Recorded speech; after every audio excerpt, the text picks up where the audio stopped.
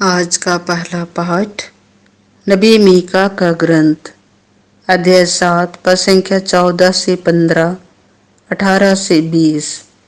वह हमारे सभी पाप समुद्र की गहराई में फेंक देगा। तू अपना डंडा लेकर अपनी प्रजा, अपनी विरासत की भेड़ें चराने की कृपा कर। वे जंगल और बंजर भूमि में अकेले ही पड़ी हुई हैं।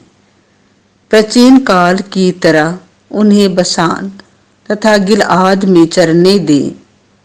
जिन दिनों तू हमें मिस्र से निकाल लाया, उन्हीं दिनों की तरह हमें चमत्कार दिखा।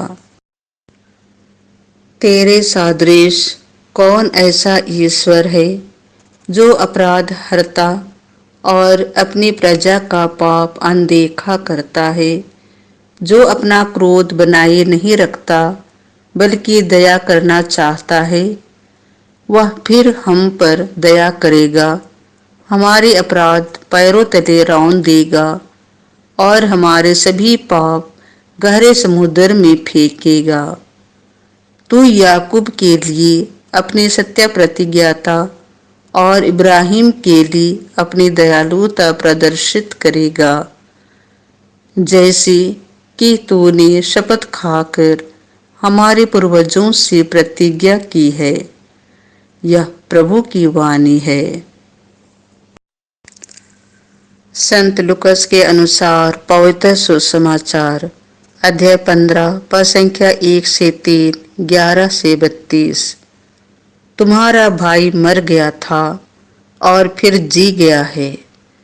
यीशु का उपदेश सुनने के लिए नाकेदार और पापी उनके पास आया करते थे। फरीसी और शास्त्री यह कहकर भुनभुनाते थे, यह मनुष्य पापियों का स्वागत करता है और उनके साथ खाता पीता है। इस पर यीशु ने उनको यह दृष्टांत सुनाया। किसी मनुष्य के 2 पुत्र थे। छोटे ने अपने पिता से कहा, पिताजी, संपत्ति का जो भाग मेरा है मुझे दे दीजिए। और पिता ने उनमें अपनी संपत्ति बांट दी।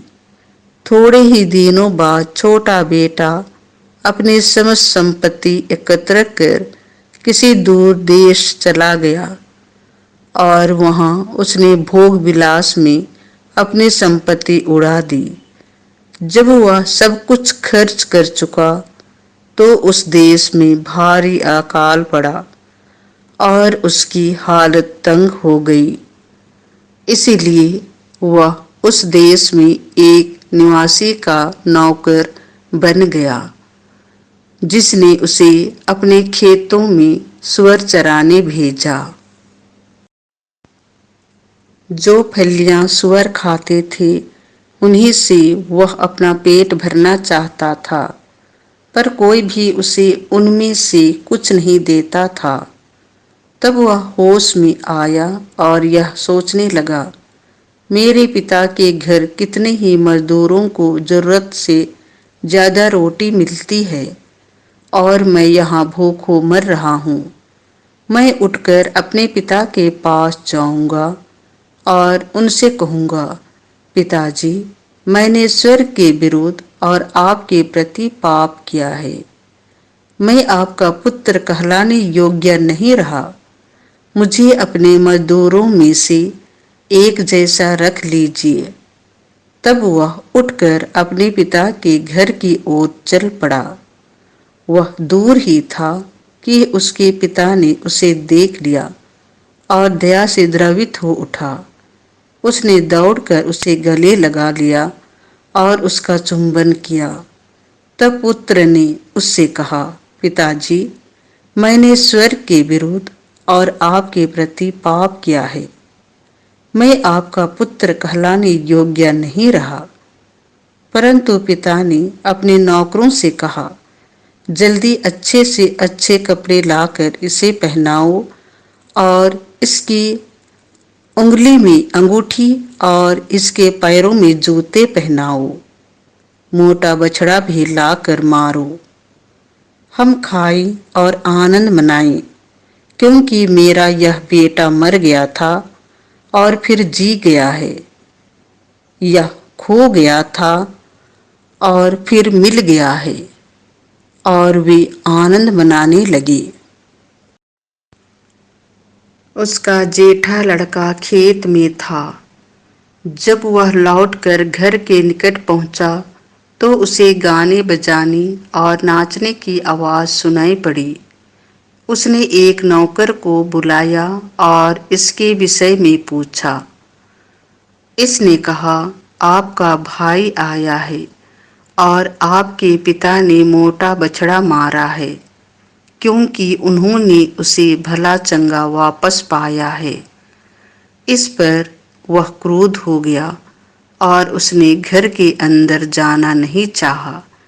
तब उसका पिता बाहर आया और उसे मनाने लगा, पर उसने अपने पिता को उत्तर दिया, देखिए, मैं इतने वर्षों से आपकी सेवा करता आया हूँ। मैंने कभी आपकी आज्ञा का उल्लंघन नहीं किया। फिर भी आपने कभी मुझे बकरी का बच्चा तक नहीं दिया, ताकि मैं अपने मित्रों के साथ आनंद मनाऊं।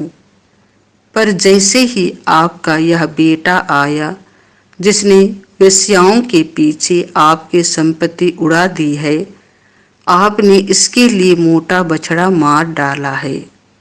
इस पर पिता ने उससे कहा, बेटा, तुम तो सदा मेरे साथ रहते हो और जो कुछ मेरा है वह तुम्हारा है, परंतु आनंद मनाना और उल्लासित होना उचित ही था, क्योंकि तुम्हारा यह भाई मर गया था और फिर जी गया है, यह खो गया था और फिर मिल गया है।